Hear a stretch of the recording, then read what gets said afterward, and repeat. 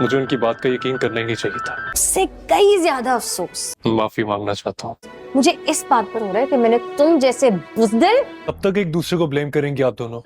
और कमजोर इंसान पर भरोसा किया अब तो आप दोनों अपनी गलती को एडमिट कर लें। कि कॉल करके मुझे मेरे मुंह पे इनकार कर दे। ड्रामा सीरियल चालबाज के आने वाले एपिसोड में आप लोग देखेंगे, जैसा कि मैंने आपको अपनी पिछली वीडियो में कहा था कि जिसके बारे में डॉक्टर साहब ने रोहाम के घर वालों को कहा था कि रोहाम को हम बचा नहीं पाए, वो कोई और रोहाम नामी शख्स था और रोहाम का एक्सीडेंट हुआ था क्योंकि जब वो वापसी लौट रहा था अपने दोस्तों के साथ तो उसका वहां पर एक्सीडेंट हो गया।